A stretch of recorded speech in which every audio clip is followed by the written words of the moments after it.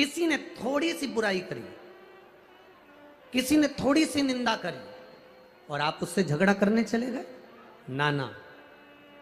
एक बात अपने अंदर याद रखना, तुम लोग स्नान कर कर आते होगे, हम भी स्नान कर कर आते हैं, या आप भी स्नान कर कर आते होगे। बाथरूम में जब नहाकर बाहर निकले, निकलने के बाद जब तैयार होने के लिए दर्पण देखते हो, दर्पण देखते समय तुम्हारे चेहरे पर कोई दाग लगा हो, तुम्हारे चेहरे पर कोई सामान लगा हो, तो तुम गुस्सा होते हो क्या? जम के बोलो जरा, होते हो गुस्सा? नहीं। चेहरे पर अगर थोड़ा सा दाग लगा है, चेहरे पर अगर थोड़ी कोई चीज लगी है, दर्पण ने तुमको बता दिया कि चेहरे पर तुम्हारे ये लगा है, तुम गुस्सा नहीं होते बल्कि अपने चेहरे को साफ करते हो। तुम दर्पण नहीं फोड़ते बल्कि अपने चेहरे को साफ करते हो। तुम दर्पण को नहीं तोड़ते बल्कि अपने चेहरे को साफ करते हो। उसी तरह निंदा करने वाला व्यक्ति एक ऐसा होता है जो दर्पण की तरह होता है, हमारी बुराई को हमारे सामने प्रकट करता है। तो हमें क्रोध नहीं आना चाहिए। हमारी निंदा कर कर, हमारी बुराई कर कर वो सम्मुख में प्रकट कर रहा होता है। आप बनाओ अपने बच्चों को, डॉक्टर बनाओ, इंजीनियर बनाओ, सीए बनाओ, कलेक्टर बनाओ, एसपी बनाओ, तुम्हारी मर्जी पड़े जो बनाओ, पर शिव महापुराण की कथा कहती है अपने बच्चे को सर्वप्रथम संस्कारित बनाओ, संस्कारवान। जिस गांव में पानी की कमी होती है वहां की फसल बिगड़ जाती है, और जिस घर में संस्कारों की कमी होती है वहां की नस्ल बिगड़ जाती है।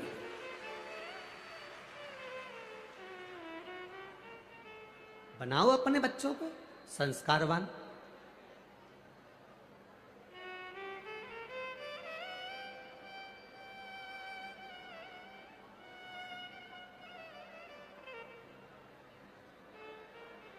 अपने बच्चे को ज्ञान प्रदान करने का प्रयास करें। शिव कथा कर रही है, एक विश्वास के साथ, एक भरोसे के साथ, एक दृढ़ता के साथ। जब हम देवादिदेव महादेव के चरणारविंद का रस तत्व ग्रहण करें तो उसका एक आनंद बढ़ जाता है। महाराज, भक्ति ऐसी करो, कई लोग कहते हैं भक्ति ऐसी करो, भक्ति ऐसी करो, चार लोग क्या कहेंगे। हम कहते हैं भक्ति कर रहे हो तो चार लोगों के मुख पर मत जाना।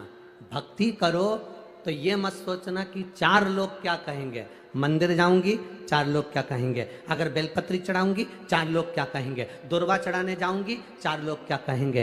अगर हम भगवान शंकर के मंदिर में जाकर चावल के दाने चढ़ाएंगे, चार लोग क्या कहेंगे। हम शिव जी के मंदिर में जाकर पशुपति व्रत करेंगे, चार लोग क्या कहेंगे। भक्ति ऐसी मत करो कि तुम सोचो कि चार लोग क्या कहेंगे। भक्ति करते समय तुम्हारे भीतर यह होना चाहिए कि चार लोग क्या कहेंगे उससे मतलब नहीं होना चाहिए। भक्ति करते समय तुम्हारे मन में यह होना चाहिए कि मेरा भोले बाबा क्या कहेगा, बस उससे मतलब होना चाहिए।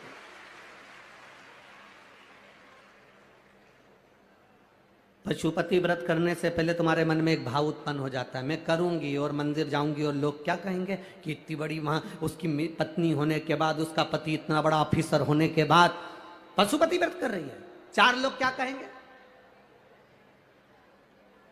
अरे ये तो दुनिया के लोगों का काम है कहना। ढोलक बजा बजा कर भजन गाओगे तो भी लोग कहेंगे बताओ ये आ गई सती सावित्री। और अगर तुम मंदिर नहीं गए, भजन नहीं गाया, भगवान की भक्ति नहीं करी तो लोग कह देंगे बताओ ये आ गई अप टू डेट मैडम,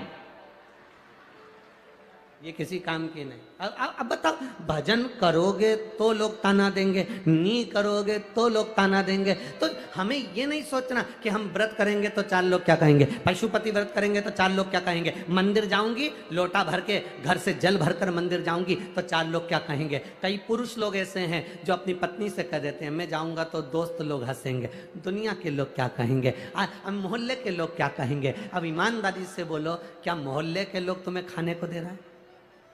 बोलो री कोटा की जी, मोहल्ले के लोग खाने को दे रहे हैं? पड़ोसी तुम्हारे यहाँ फ्रिज ला के दे रहा है? पड़ोसी या रिश्तेदार तुम्हारे यहाँ एसी लगवा रहे हैं? अगर कोटा में लगवा देते हो तो बात दूसरी है। हमारे यहां सीहोर में तो कोई नहीं लगवाता। पड़ोसी ना खाने को दे रहा है, रिश्तेदार ना तुम्हारे यहां कूलर ला कर दे रहा है, रिश्तेदार ना तुम्हारे घर में एसी लगवा रहा है, ना तुम्हारा बिजली का बिल का खर्चा उठा रहा है, ना तुम्हारे पानी का खर्चा उठा रहा है, ना तुम्हारी पढ़ाई का खर्चा उठा रहा है। फिर हम क्यों सोचें कि हमारे भजन करने से, शंकर जी को जल चढ़ाने से, शिव जी के मंदिर जाने से, शंकर का गुणगान करने से, शिव महापुराण सुनने से चार लोग क्या कहेंगे, हमें यह सोचना है कि मेरा भोले बाबा क्या कहेगा। उसकी भक्ति का धारण करें, हम उसके भजन को धारण करें, हम उसके स्मरण को धारण करें, हम उसकी भक्ति को अपने भीतर उतारें, हम उसके भजन को अपने भीतर उतारें। अरे भाई, जब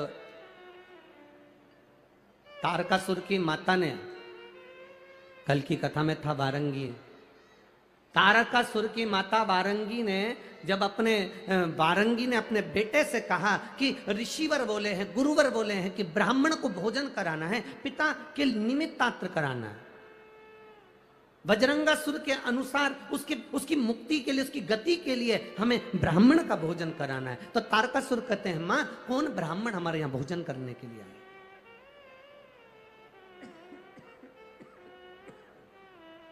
मां कौन ब्राह्मण हमारे घर में भोजन करने के लिए आएगा? किस ब्राह्मण को हम बुलाएं, किस ब्राह्मण को हम अपने करीब में बुलाएं कि हमारे घर में आकर भोजन कर ले? वारंगी ने कहा, तुम ब्राह्मण को भोजन का निमंत्रण तो दो। तारकासुर ने पृथ्वी के सारे ब्राह्मणों को भोजन का निमंत्रण दे दिया, सारे संतों को तारकासुर ने भोजन का निमंत्रण दे दिया। तारकासुर ने सारे ब्राह्मणों को जब भोजन का निमंत्रण दिया, संतों को भोजन के लिए आमंत्रित किया, संतों को भोजन के लिए जब बुलाया, तो सारे के सारे संत, साधु, ब्राह्मण, गुरुजन जितने भी थे, कोई तारकासुर के यहां भोजन करने के लिए नहीं गया, क्योंकि मालूम था कि ये उपद्रवी है। ये उसको मालूम था कि ये उपद्रवी है, ये उपद्रव करेगा। उसको मालूम था कि ये गलत काम करेगा, और अगर हम भोजन करने चले गए और भोजन में इसने कहीं मांस मिला दिया तो, भोजन में अगर गलत पदार्थ मिला दिया तो, इसलिए एक भी संत, एक भी साधु, एक भी गुरुजन, एक भी ब्राह्मण जन तारकासुर के यहां भोजन करने नहीं गया। तब तारकासुर को क्रोध आ गया और तारकासुर ने आक्रमण कर दिया बैकुंठ पर, तारकासुर ने आक्रमण कर दिया इंद्रलोक पर, तारकासुर ने आक्रमण कर दिया ब्रह्मलोक पर।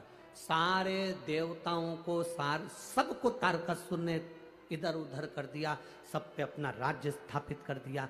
भगवान नारायण से पूछा, बताओ मेरे पिता बजरंगासुर को गति प्रदान करना है, ब्राह्मण भोजन करने नहीं आते, संत भोजन करने नहीं आते, गुरुजन भोजन करने नहीं आते, तो मैं भोजन कैसे कराऊं? भगवान विष्णु ने कहा ब्रह्मा जी से पूछो। ब्रह्मा जी से कहा तो ब्रह्मदेव कहते हैं कि इंद्र से पूछो। इंद्र कहते हैं भगवान देवादिदेव महादेव से पूछो। शंकर भगवान के पास जब तारकासुर पहुंचा, तारकासुर नेत्र बंद करे हुए भगवान देवादिदेव महादेव के विग्रह को देख रहा था, केवल शिव तत्व को केवल निहार रहा था, शंकर को केवल देखने का प्रयास कर रहा था, शिव को पहचानने का प्रयास कर रहा था तारकासुर। और भगवान शंकर को जब पहचानने का प्रयास तारकासुर कर रहा था, नेत्र बंद थे मेरे देवादिदेव महादेव के। पार्वती उनके नजदीक में विराजी थी। माता पार्वती जी ने तारकासुर को देखा और तारकासुर से माता पार्वती जी ने पूछा, तारके, ए तारके, कैसे आना हुआ? तारकासुर कहते हैं, माता जी मेरे पिता को गति प्रदान करना है, मेरे पिता को मोक्ष प्रदान करना है। ब्राह्मण भोजन के लिए नहीं आते, संत साधु भोजन करने नहीं आते, गुरुजन कोई भोजन करने नहीं आते। मां, इसलिए मैं महादेव से पूछने के लिए आया हूं कि मैं किसको भोजन करूं, मैं किसको भोजन दूं?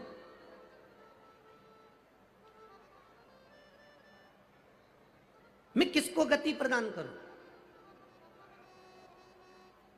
पार्वती मैया मौन, चुप हो, एकदम मौन।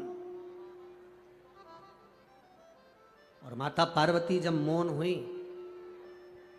तारकासुर ने विचार करा, मैं महादेव जब तक नेत्र नहीं खोलते तब तक मैं उनकी आराधना करूं।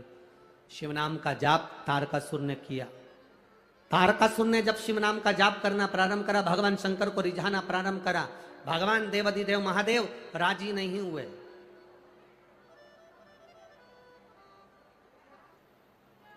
हीरे जैसी कथा है, समझ गए तो तुम्हारे भाग्य खुल गए। अगर कंकर समझा और पत्थर समझा तो तुम्हारे जिंदगी में तुम कुछ नहीं ले पाओ। हीरे जैसी कथा है, इसको जितना ले लोगे उतनी अपनी जिंदगी संवार लो, अपने जीवन को सार्थक कर लो। थोड़ी शांति बनाकर कथा का रस तत्व ग्रहण कर लोगे तो आप लोगों की आनंदता रहेगी।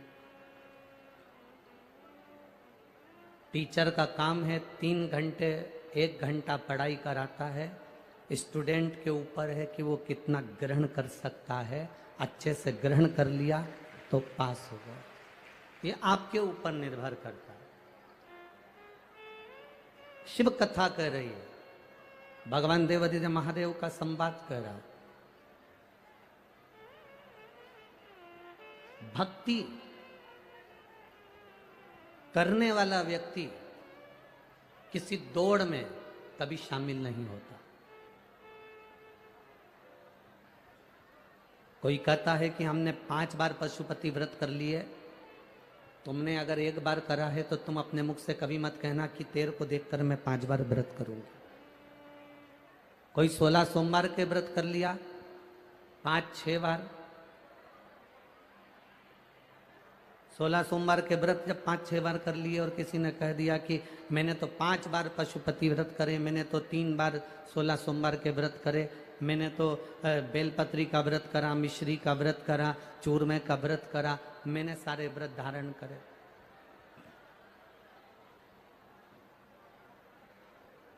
सब व्रत मैंने बहुत करे। और जब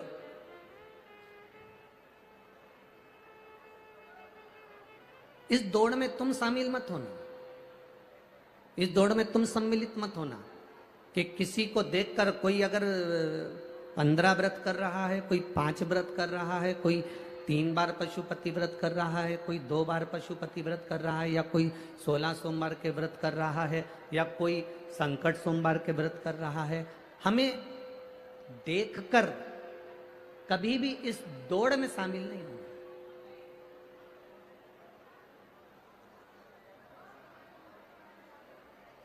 हम देखकर इस दौड़ में शामिल ना हो।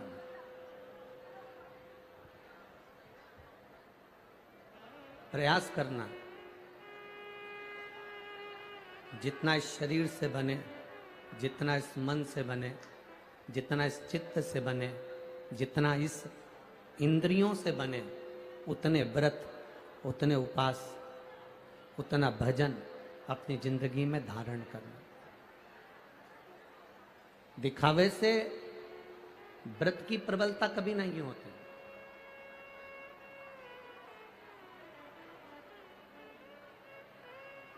दिखावा करने से कभी भी व्रत की मूलता नहीं होती। महाराज, व्रत की मूलता है आपके भरोसे पर, आपके विश्वास पर। देखा देखी में तो काम बिगड़ जाता है। हमने देखा कि उसने सोमवार का व्रत करा तो हमने भी सोमवार का व्रत कर लिया, उसने मंगलवार का व्रत करा तो हमने भी मंगलवार का व्रत कर लिया, उसने बुधवार का व्रत करा तो हमने भी बुधवार का व्रत कर लिया। ना ना, पहले हमारे भीतर हम विश्वास को प्रबल करें, पहले हमारे भीतर हम भरोसे को दृढ़ बनाएं। और जब हमारा भरोसा, जब हमारा विश्वास दृढ़ बन जाएगा, पक्का बन जाएगा, तो एक बार अगर आप पशुपति व्रत कर लोगे तो निश्चित है देवाधिदेव महादेव झोली भर जाए। पहले हम अपने भरोसे को तो पक्का करें, पहले हम अपने विश्वास को पक्का करें, अपने भरोसे को पक्का करें, अपनी दृढ़ता को पक्का करें, तब तो परमात्मा मिलेगा ना।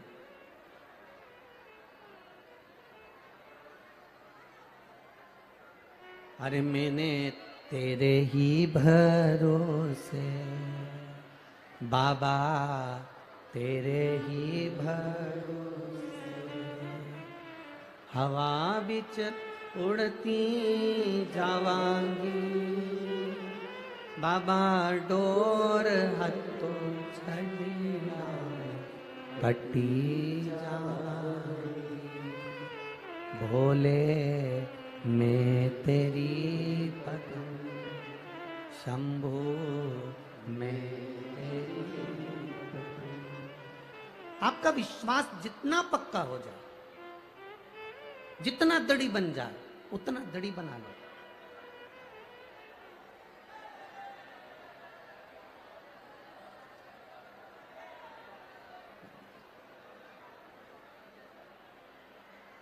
शंभु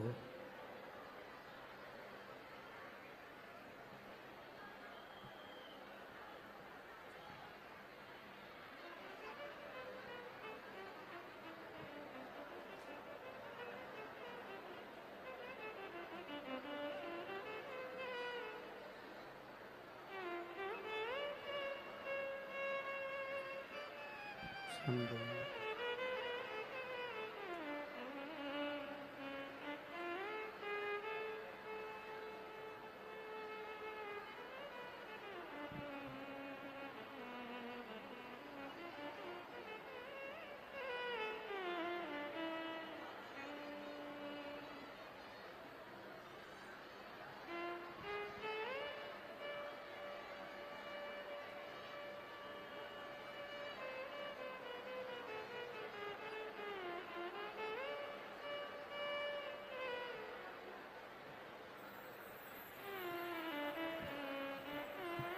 जय हो प्रभु आपकी। विश्वास की कथा है, शिव महापुराण की कथा, भरोसे दृढ़ता की कथा है। भरोसा प्रबल हो, विश्वास दृढ़ हो, उस विश्वास में आप अगर एक व्रत को भी धारण करोगे तो वो व्रत में सफलता मिलती है। एक व्रत भी अगर आपने धारण करा है तो उसमें आपको सफलता मिलती है। और यदि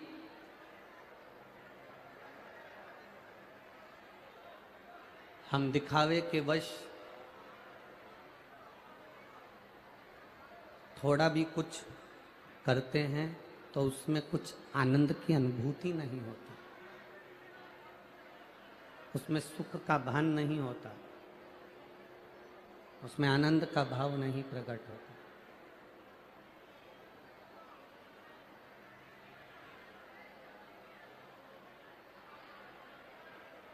जो शंकर का भक्त होता है, जो शिव का उपासक होता है,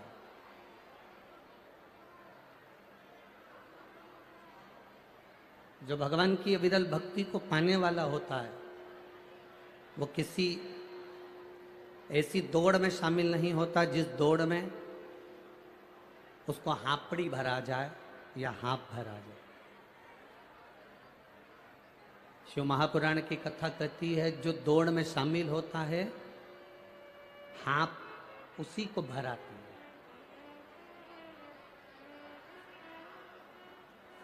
आप सब शिव की कथा को सुनने के लिए आए हो, इसलिए एक बात अपने भीतर उतार कर रखना कि हमें दिखावे की दौड़ में तभी शामिल नहीं होना। हमें शामिल होना है तो जो भक्ति के पथ पर चल रहे हैं, दौड़ में अगर शामिल होगे तो जल्दी हाँप जाओगे, चलते चलते आगे बढ़ोगे तो यह पक्का है कि चलने वालों से आगे निकल जाओगे। मीराबाई, कर्माबाई, नरसिंह मेहता जी, संत तुकाराम जी, रामकृष्ण परमहंस जी, ये सब किसी दौड़ में शामिल नहीं हुए।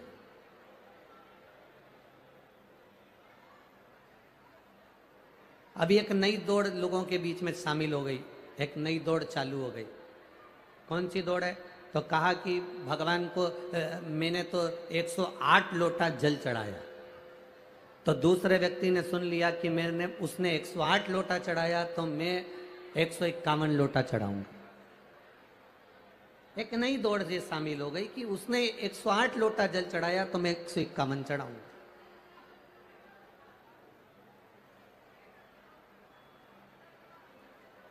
फिर एक नई दौड़ चालू हो गई। सावन के महीने में मेरे घर के अंदर मैं शिव जी का अनुष्ठान करता हूं तो 1.25 लाख बेलपत्र शंकर भगवान को समर्पित करता हूं। दूसरे व्यक्ति ने सुना, उसने कहा अगर ये 1.25 लाख बेलपत्र समर्पित करता है तो मैं 2.25 लाख बेलपत्र समर्पित करूंगा। ये दौड़ है। पर शिव महापुराण की कथा कहती है 1.25 लाख बेलपत्र शंकर भगवान को चढ़ाने से पहले शिव महापुराण की कथा कहती है क्या आपने 1.25 लाख बेलपत्री के वृक्ष लगाए तब तो आप इस बेलपत्र को चढ़ा।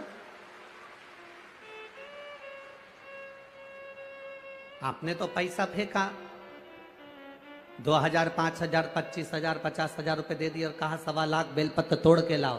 तोड़ने वाला व्यक्ति बेलपत्र तोड़ने के लिए गया, उसने कितने बेलपत्र के वृक्ष को तोड़ा, ना जाने कितनी डालियों को तोड़ा, ना जाने कितने वृक्षों को नोचा, और तब जाकर वो 1.25 लाख बेलपत्र इकट्ठी कर कर लेकर आया और उसने अपने सेठ जी से कहा सेठ जी ये 1.25 लाख बेलपत्र है, भगवान शंकर को समर्पित कर दो।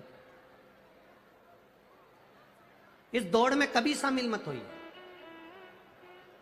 आप दिखावे की दौड़ से जितना दूर रहोगे उतने सुखी रहोगे। अगर दौड़ की जगह चलना प्रारंभ करो तो जीवन का एक आनंद होगा। जैसे कड़प, शिव जी का एक भक्त कड़प, वो शंकर भगवान का भक्त नहीं था, वो शंकर भगवान की आराधना नहीं जानता था, वो शंकर भगवान की उपासना नहीं जानता था। एक बार उसने जब बचपन में छोटी सी अवस्था थी, मात्र 4.5 साल का कड़प था, केवल 4.5 वर्ष का कड़प, 4.5 वर्ष की अवस्था में कड़प ने केवल अपनी माता के मुख से सुना था कि शंकर भगवान का एक पत्थर का शिवलिंग होता है, वो शिवलिंग में कोई दूसरा नहीं होता, देव अधिदेव महादेव उस शिवलिंग के अंदर 24 घंटे विराजमान रहता है। ये कड़प ने सुना था। ये कड़प ने धारण करा था कि 24 घंटे देव अधिदेव महादेव शिवलिंग के अंदर विराजमान रहते हैं। 24 घंटे भगवान शिव उस शिवलिंग के अंदर विराजमान रहते हैं। ये कड़प ने सुना था 4.5 वर्ष की आयु में, 4.5 वर्ष की उम्र में। हम क्यों कहते हैं कि ये छोटे छोटे बच्चों को कथा में लेकर आना चाहिए तो उनको ज्ञान प्राप्त होता है। पहले का जो समय था, जो दादियां होती थी, वो दादी अपने बच्चे को सुंदर भगवान की कथा सुनाया करती थी। आजकल ना दादी के पास फुर्सत है, ना पोते के पास फुर्सत है। दादी को मोबाइल से फुर्सत नहीं मिलती, पोते को पढ़ाई से फुर्सत नहीं मिलती।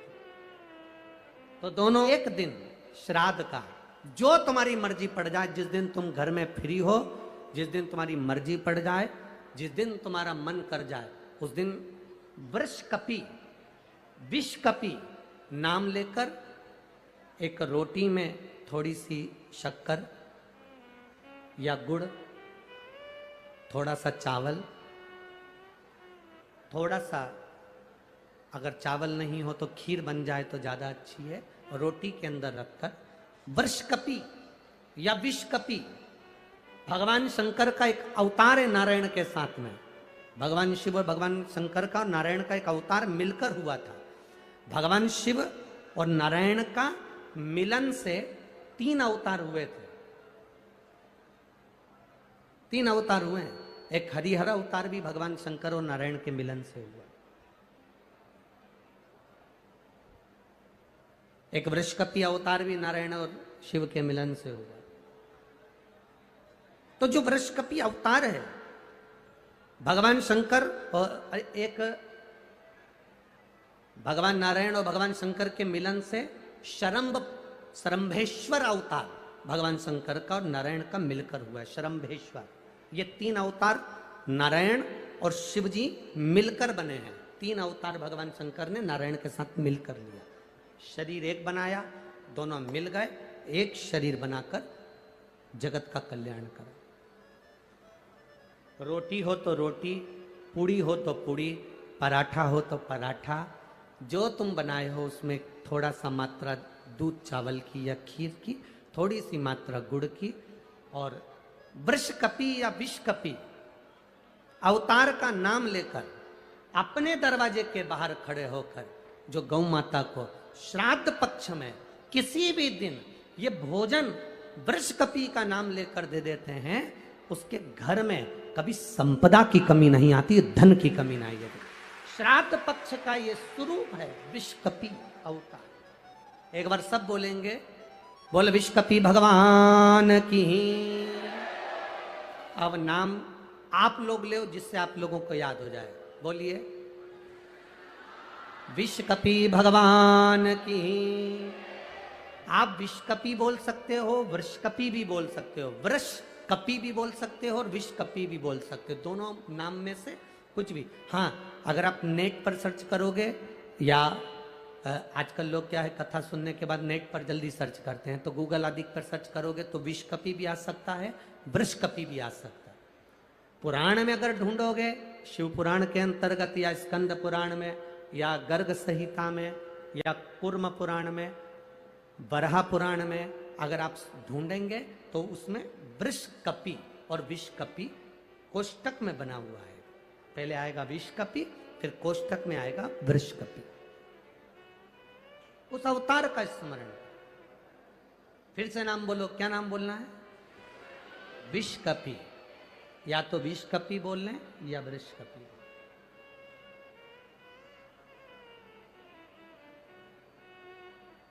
देव पितर कथा का ये सबसे सुंदर संवाद है, विषकपि अवतार।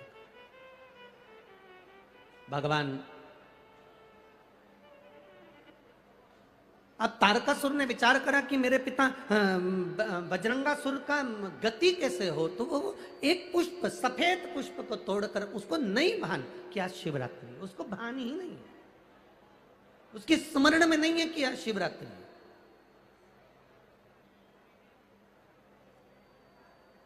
फूल तोड़ा, देवादि ने महादेव के चरणों में समर्पित करा, शिव जी के नेत्र खुल गए। शंकर भगवान ने नेत्र खोलते से तारकासुर से पूछा, तुझे क्या चाहिए? तारकासुर कहता है, मेरे पिता बजरंगासुर की गति नहीं हुई है, वो भटक रहा। मेरी माता जब सोती है, उनके स्वप्न में मेरे पिता आते हैं। मेरी माता वन में घूमती है, मेरे पिता उसके पीछे चलते हुए दिखते हैं। कभी कभी पितर, कभी कभी पूर्वज, हमको ऐसा लगता है कि हम काम कर रहे हैं और मुझे कोई देख रहा है।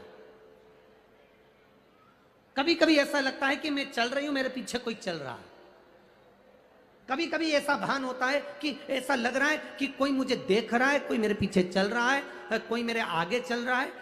कभी कभी ऐसा भान होता है। तो उसके लिए यहाँ तारकासुर कह रहा है कि मेरी माता को मेरे पिता, मेरे पूर्वज नजर आते हैं, मेरे पिता की गति कैसे हो जाए। तब भगवान शंकर कहते हैं कि तारकासुर, एक तो तू असुर है, तू राक्षस है, और राक्षस होने के साथ साथ तू अपने पिता की गति की बात कर रहा है, ये तो मुझे हंसी आने वाली बात है।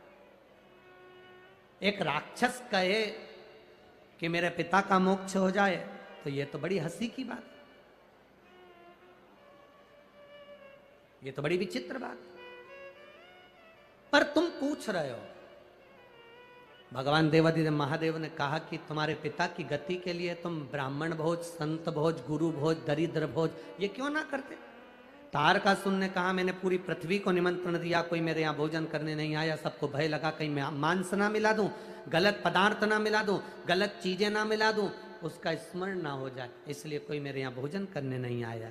शंकर जी उसी समय पर कहते हैं, तेरे पिता की गति के लिए नंदी तुझे ज्ञान देगा।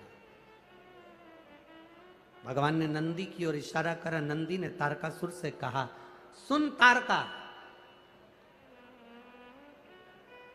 अगर अपने पूर्वजों को जल नहीं दे सकते, अपने पूर्वजों को तर्पण नहीं कर सकते, अपने पूर्वजों के लिए भोजन नहीं करा सकते, अपने पूर्वजों के लिए कोई तुम भाग नहीं दे सकते, अपने पितरों के लिए तुम कुछ नहीं कर सकते, तो नंदी ने तारकासुर से कहा, एक मुट्ठी दुर्बा घास उखाड़ कर किसी गाय को खिला देना, उससे भी तेरी पिता की, तेरे पूर्वज की मुक्ति गति निश्चित है।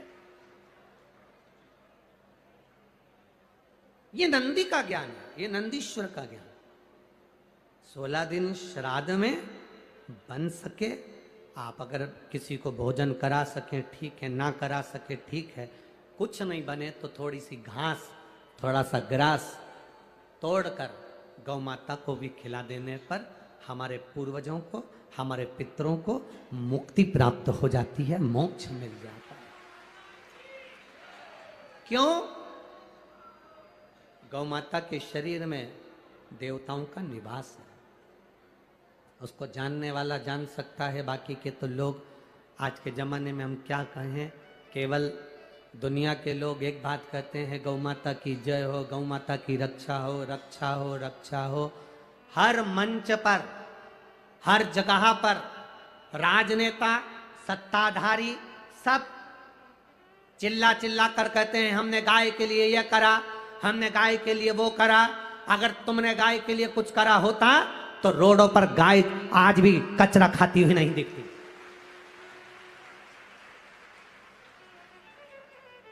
आज भी रोड पर गाय कचरा खाते हुए नहीं दिखती। अगर गौ माता की रक्षा के लिए, गौ माता के लिए कुछ किया होता तो यह सामने नजर आता।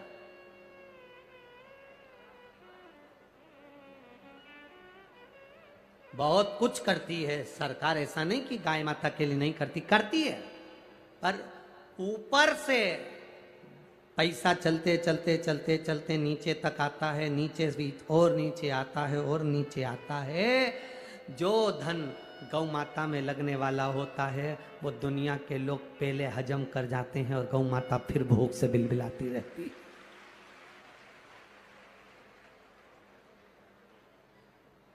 फिर भूख से बिलबिलाती रहती है। 12.5 लाख कत्ल खाने ब्रेसिंग मशीन के हो गए हैं, जो भारत की भूमि पर कलंक की तरह है। 12.5 लाख कत्ल खाने ब्रेसिंग मशीन के हो गए।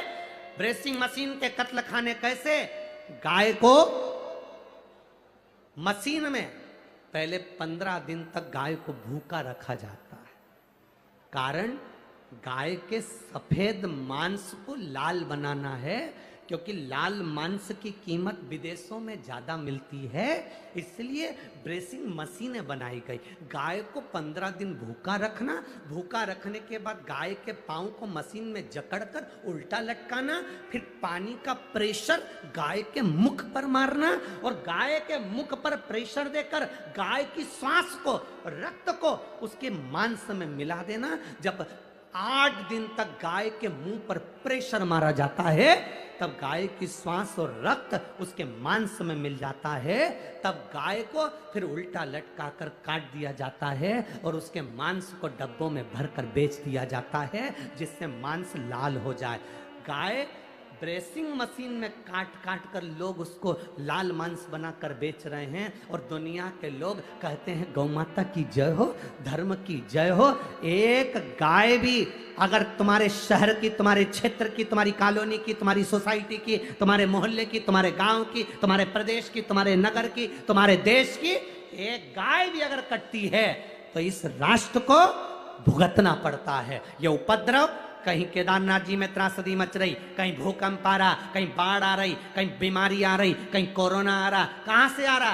क्योंकि तुम गौ माता की रक्षा नहीं कर पा रहे। इतने बड़े बड़े मंच मिलते हैं, लोग चिल्ला चिल्ला कर कहते हैं होता जाता कुछ नहीं है, होता जाता कुछ नहीं है। थोड़े दिन तक चिल्लाते हैं, ठंडे पड़ जाते हैं, सब अपने अपने घर जाके सो जाते हैं और लोग चिल्लाते रहते हैं गौ माता की जय हो, धर्म की, अधर्म का, प्राणियों में विश्व का कब होगा। लोग चिल्लाते रहे कल्याण हो, कल्याण हो, विश्व का कल्याण हो, ये सब कहते हैं, पर सबसे पहले अपना कल्याण सोचते हैं। विश्व का कल्याण बाद, पहले अपना। कहां गति? गौ माता को अगर एक मुट्ठी चारा भी, घास भी अगर खिला दी तो पूर्वजों का कल्याण है, पितरों का उद्धार है। ये नंदी ने तारकासुर को कहा। तारकासुर सुनकर आनंदित हो गए। आनंद, रसतत्व आ गया तारकासुर के भीतर। तारकासुर ने सुना, गया, घास लेकर गौ माता को दिया। गाय की आंख से आंसू बह रहे थे तो तारकासुर ने पूछ लिया, गौ माता, मैंने तुम्हारे को घास खिलाया और तुम रो रही हो? गौ माता, मैंने तुमको घास खिलाया और तुम रो रही हो?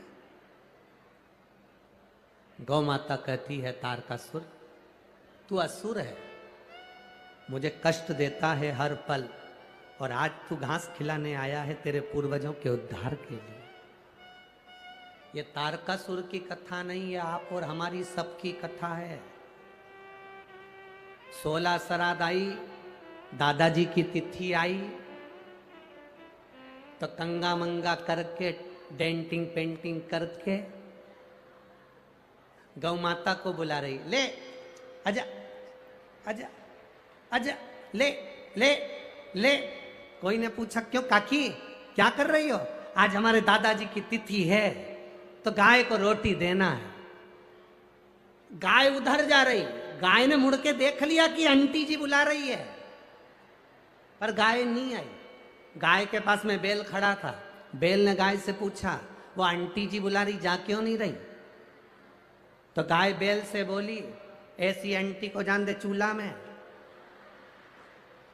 जब 16 श्राद्ध आती है तब मेरी याद आती है अपने बुढ़े डोकरों को मोक्ष देने के लिए, बाकी के समय तो डंडा लेके दरवाजे पर खड़ी रहती है। क्या करूं आंटी का और क्या करूं अंकल का? क्यों रे अंकल और आंटी? केवल 16 श्राद्ध आई, दादाजी की तिथि आई, दादी की तिथि आई, तब गौ माता की याद आई। जब आया है, देखिए,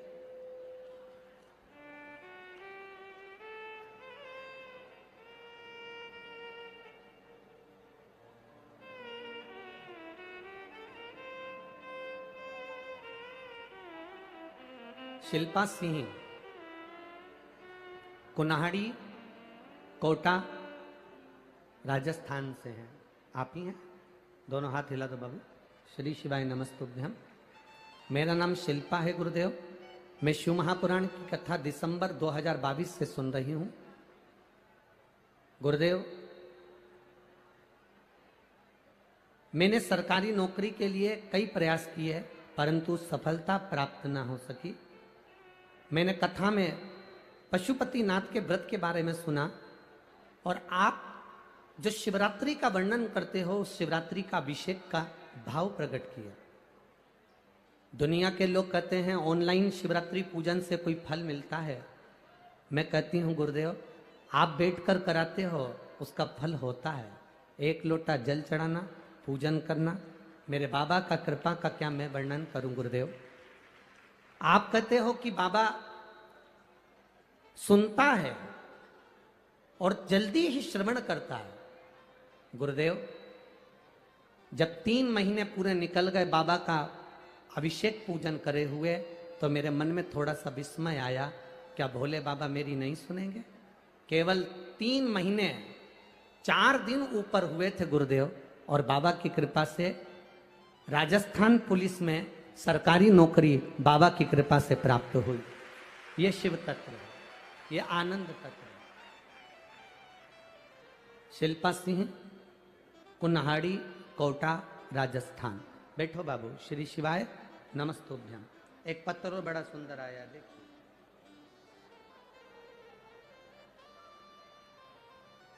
मेरा नाम संजू कंवर है, मैं छावनी कोटा की रहने वाली हूं।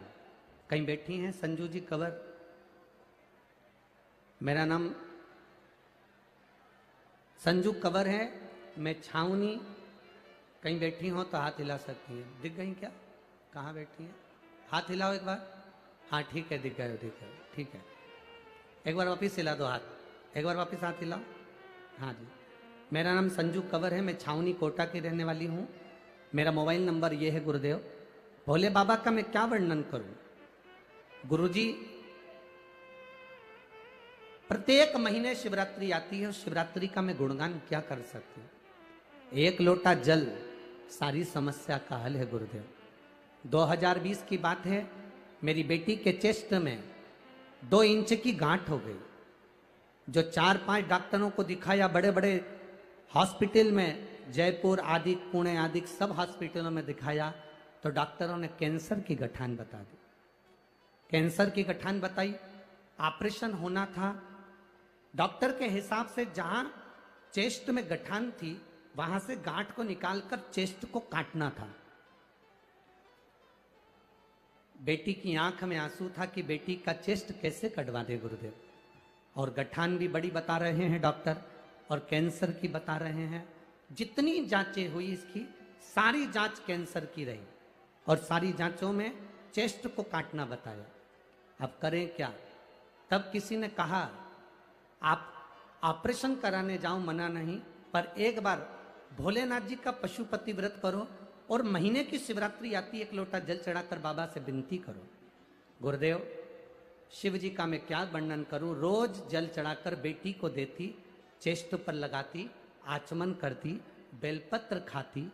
दूसरी बार डॉक्टर को दिखाने के लिए हम वापिस गए, तो जिन डॉक्टरों ने इसको कैंसर बताया था वही डॉक्टर बोलते हैं इसका चेस्ट नहीं काटना पड़ेगा, केवल गठान निकलेगी और गांठ में कैंसर नहीं है। यह बाबा ने वर्णन कर दिया। गुरुदेव, गठान निकल गई, चेस्ट नहीं कटा, पर थोड़े के दिन बाद बेटी को फिर वहीं पर गांठ हो गई। जब गांठ हुई तब वापिस डॉक्टर को दिखाने के लिए गए और बेटी को बेलपत्र खिलाकर लेकर गए। बाबा का मैं क्या गुणगान करूं। हॉस्पिटल में बेटी के चेस्ट से वो गांठ गायब थी और बेटी को कैंसर नहीं था। मैं बाबा को यहाँ नमन करने के लिए। एक बार हाथ हिला दो बहन। श्री शिवाय नमस्ते। बैठिए, बैठिए। शिव तत्व इसी को कहते हैं। आप आते जरूर हो कथा के अंदर, आप पहुंचते जरूर हो शिव महापुराण की कथा को सुनने के लिए, पर आपसे निवेदन केवल इतना है कि दिल से सुन लेना। वो दिल से आपको लुटा कर चले जाएगा, दिल से लुटा कर जाए। आप उसकी अविरल भक्ति को धारण करो, आप उसके विश्वास को दृढ़ बनाओ। एक शिवरात्रि के एक पुष्प का वर्णन क्या कहता है हमारा शास्त्र। शिवरात्रि का 1 लोटा जल क्या वर्णन करता है हमारा शिव महापुराण। तेरी कृपा बिना न हिले एक भी अणु, लेते हैं श्वास तेरी कृपा से। हे गंगाधार मुक्ति द्वार ओंकार, भोले आयो शरण दिया शंभु। एक बेलपत्र का, एक पुष्प का क्या वर्णन है। एक पुष्प का क्या आनंद है।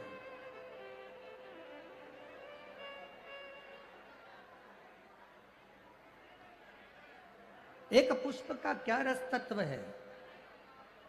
विष्णु महापुराण की कथा वर्णन करती है।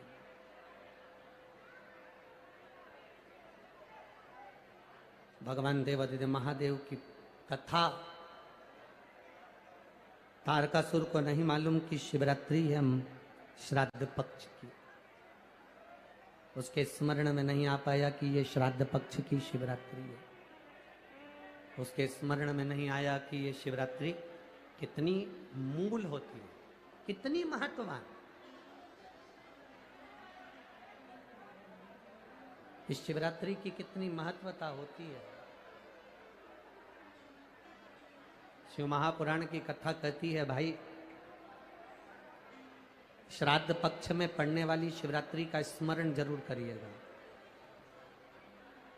किसी नारी को अगर 32 साल भी शादी को हो गए हों और संतान नहीं हो रही, 30-35 साल हो गए, 32 साल हो गए, 28 साल हो गए, 15 साल हो गए, 20 साल हो गए और संतान का सुख नहीं। तो श्राद्ध पक्ष की शिवरात्रि की बड़ी महत्वता है, बड़ी महत्वता।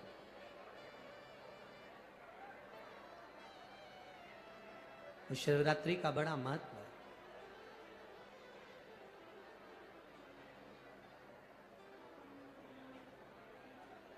तारकासुर जान नहीं पाए कि आज श्राद्ध पक्ष की शिवरात्रि है। केवल एक श्वेत पुष्प, केवल एक सफेद फूल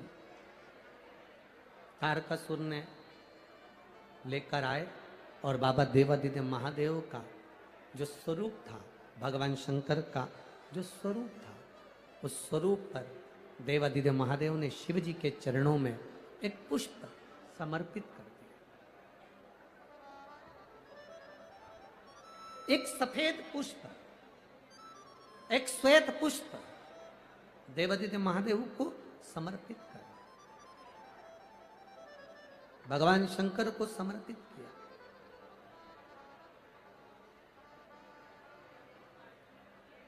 उसका फल क्या हुआ?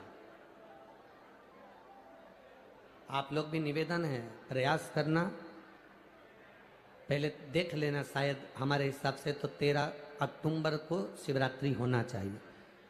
और भी आपके यहाँ के विद्वज्जन पंडित जन से पूछ लेना, नहीं तो पंचांग में या कैलेंडर में देख लेना कि अक्टूबर की श्राद्ध पक्ष की शिवरात्रि कब की है। जितने लोग आस्था चैनल पर सुन रहे हैं, जितने लोग फेसबुक यूट्यूब पर सुन रहे हैं, जितने लोग इस कथा पंडाल में जो दिल लगाकर और ध्यान लगाकर सुन रहे हैं, आप लोगों से निवेदन, प्रयास करना, एक सफेद पुष्प, एक श्वेत पुष्प बाबा देवादिदेव महादेव को 13 अक्टूबर को अगर शिवरात्रि है तो श्राद्ध पक्ष की शिवरात्रि के दिन बाबा देवादिदेव महादेव को एक सफेद पुष्प समर्पित कर देने पर अपने मन की कामना कर कर बाबा देवादिदेव महादेव 3 महीने वो कामना पूर्ण करता है। और जिसके यहाँ पर विद्वज्जन ब्राह्मण जन ने कहा हो कि पितृदोष ज्यादा है, या घर में शुभ कार्य नहीं हो रहा, या तकलीफें ज्यादा हो रही हैं, कोई बड़ी बीमारी ने अगर घेर लिया है, कोई बड़ी तकलीफ सामने आ गई हो, तो उनको भी निवेदन करूंगा कि प्रयास करना कि एक सफेद पुष्प अपने हाथ से बाबा देवादिदेव महादेव को समर्पित करना। उसके बाद तुम्हें जो बड़ी बीमारी है उसकी जब शिवरात्रि पर आप समर्पित कर दो, 1 महीना पूर्ण हो जाए, अगले महीने की शिवरात्रि आए, श्राद्ध पक्ष की शिवरात्रि जाएगी अक्टूबर की, फिर अगले महीने की जब शिवरात्रि आए तो उसके पहले आपकी जो बीमारी है उसकी एक बार जांच कराना। बाबा देवादिदेव महादेव उस बीमारी को समाप्त जरूर करें। श्वेत पुष्प,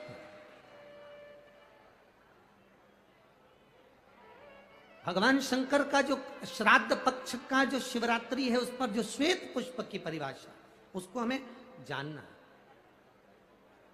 उस परिभाषा।